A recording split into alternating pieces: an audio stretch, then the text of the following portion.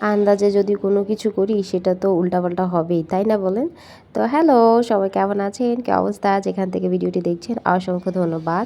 আসলে আমি চেয়েছিলাম ৫-৬টা পিঠা বানাবো, সেজন্য আসলে আটাটা সেদ্ধ করতে দিয়েছিলাম। তবে সেটার পানির পরিমাণটা বুঝতে পারি নাই। এই কারণে দেখেন কতগুলো হয়ে গিয়েছিল। আর হচ্ছে গিয়ে আমার অনেক ইচ্ছে করছিল যে আমি একটু কুলি পিঠা বানাবো বাসায়। তো সেজন্য একদম সন্ধ্যাবেলায় বানাতে বসে গেলাম কোনো কিছু না ভেবে। আমার কিন্তু রান্না বাকি, অথচ আমি আগে পিঠা বানাতে বসে গিয়েছি। অনেক সময় দেখা যায় যে পেটে খিদা না থাকলে কি হয়েছে, মনের একটা খিদা আছে, তাই না বলেন? মনের মধ্যে যদি ক্ষুধা থাকে তাহলে সেটা কিন্তু আপনার করতে ইচ্ছা করবে। তো আমার পিঠাটা সবই ঠিক ছিল, তবে আমার এই যে মথের নেওয়ার যে ব্যাপারটা সেটা মনে হয় প্রপারলি হয় নাই। এই জন্য দেখেন পিঠাটা যখন আমি বেলে নিয়েছি তখন ৪-৫টা ফেটে চৌচির হয়ে গিয়েছে। আমি আবার এখানে আরও একটু মাস্টারি করতে গিয়েছিলাম। আমি ভেবেছিলাম যে পিঠাটাকে ওই যে ৫টা বোটে একদম একসাথে করে রাখি, বলি বারবার কেটে বাড়তি অংশটা আবার আবার বেলতে হবে, এটা আরও আরও ঝামেলার। তো সেই জন্য এটা করতে চেয়েছিলাম, তারপর আবার দেখলাম যে না, ওরকম করলে আরও পিঠাটা আরও বেশি অসুন্দর দেখা যাবে। তো এমনিতেও তো তেমন একটা সুন্দর হয়েছে যে সেটা তো বলা যাবে না, তারপর বেশি অসুন্দর করলে তাহলে তো আর খাওয়ার অনুপযোগী হয়ে যেতে পারে। এই জন্য এত বড় রিস্কটা আর নিলাম না।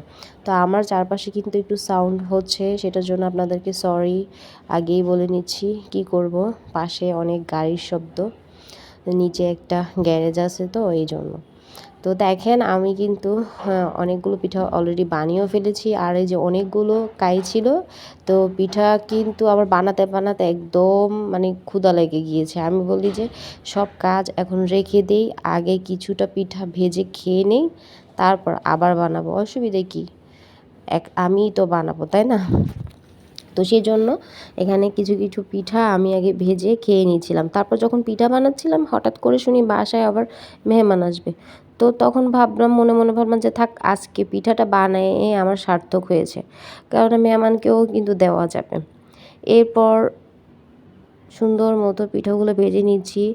আর দেখেন আমার পিঠার কি অবস্থা, দুরবস্থা হয়েছে।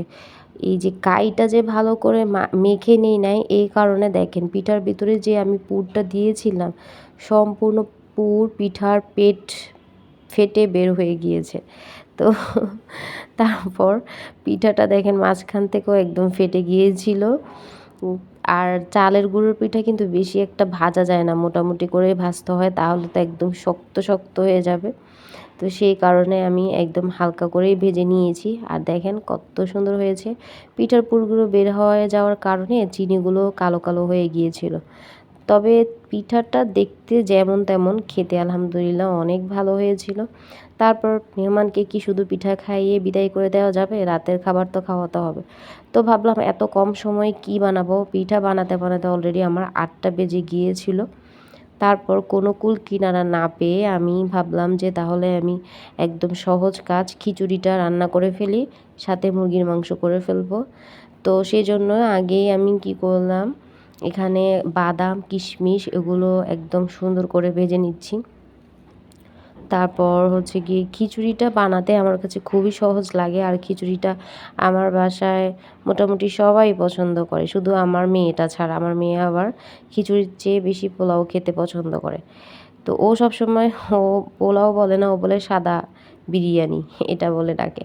তো দেখেন কথায় কথায় আমার খিচুড়িটাও হয়ে গিয়েছিল, আর এত সুন্দর একটা স্মেল বের হয়েছিল। কালারটা তো কি সুন্দর হয়েছে মাশাআল্লাহ, নিজেরই এখন আবার খেতে ইচ্ছা করতেছে, যদিও গত রাতের রান্না এগুলো। তারপরে দেখেন আমি কি করলাম, মুরগির মাংসটার জন্য মশলাগুলো কষিয়ে নিচ্ছি। একটা ভিডিওতে ভয়েস ওভার করার জন্য যে কত পরিশ্রম লাগে এটা একদম বলে বোঝানো যাবে না। সব ভিডিও করতে যেমন তেমন, তবে আমার কাছে মনে হয় যে কঠিন কাজ হলো ভয়েস ওভার করা। আমি সবসময় ভাবি এখন করব না তখন করব, তখন করব না পরশু করব, এভাবে করতে করতে দেখা যায় যে অনেক দিন হয়ে যায়, শেষমেশ মোবাইলের স্পেসও ফুল হয়ে যায়। তারপর আমি কি করি, অনেক ভিডিও ডিলিটই করে দিই, দেখা যায় যে আমার আর ভয়েস ওভার করাই হয় না। তারপর যখন মশলাগুলো কষাচ্ছিলাম তখনই বিশ্বাস করেন আমার খেতে ইচ্ছে করছিল। আমি নিজে অবাক হয়ে গিয়েছিলাম, এত সুন্দর মাশাআল্লাহ কালারটা এসেছিল, আর মশলাটা দেখতে খেতে এত ভালো লাগছিল না, মনে হচ্ছিল যে এটা একদম যে ঝালমুড়ি আমরা যেভাবে খাই, কিনে খাই, যে সেই মশলাটা যেরকম কালার আসে, যেরকম মানে একটা স্মেল আসে, সেরকমই ঠিক একদম মশলাগুলোর থেকে ঘ্রাণ আসছিল। আমি কিন্তু বেশি কোনো মশলাই দিই না এখানে। অন্যান্য সময় আমি একটু সয়া সস দেই বা অনেক কিছু দিই। আসলে রান্নার তাড়াহুড়োর কারণে আর এত বাড়তি কোনো কিছু দিতেও যাইনি। আমি টমেটোর সসও দেইনি আজকে। ফার্মের মুরগি হলে দেখা যায় একটু টমেটো সস, সয়া সস দিলে একটু রেস্টুরেন্টের মতোই আমার কাছে মনে হয়। তো সেজন্য সবসময় চেষ্টা করি এগুলো একটু দেওয়ার জন্য। তবে যেহেতু আমার হাতে একদমই কম সময় ছিল, সেজন্য আর আমি এত ঝামেলার দিকে যাইনি। তারপরেও কিন্তু আমার একদম মাংসটার কালারটা আর হচ্ছে গিয়ে ঘ্রাণটা অনেক সুন্দর আসছে। তারপর খেতে যে এত মজা হয়েছে সেটার কথা আর কি বলবো, সেটা তো আর বলে বোঝানো যাবে না। এটা একমাত্র খেলে এটার স্বাদটা বোঝা যায়। তারপর আমি কি করলাম, রান্নাবান্না শেষ করে এখন যে টাইম অনেক বেশি হয়ে গিয়েছে, আর সব কিছু যে সার্ভ করে দেবো এত কিছু করার টাইম নেই। আমি একদম শুধু সব টেবিলে নিয়ে চলে এলাম আর বলে যে এবার সবাই নিয়ে যার যার মতো নিয়ে খেয়ে ফেলো। তো সবাই খেয়ে মাশাআল্লাহ অনেক প্রশংসা করেছে, আমার নিজেরও ভালো লেগেছে।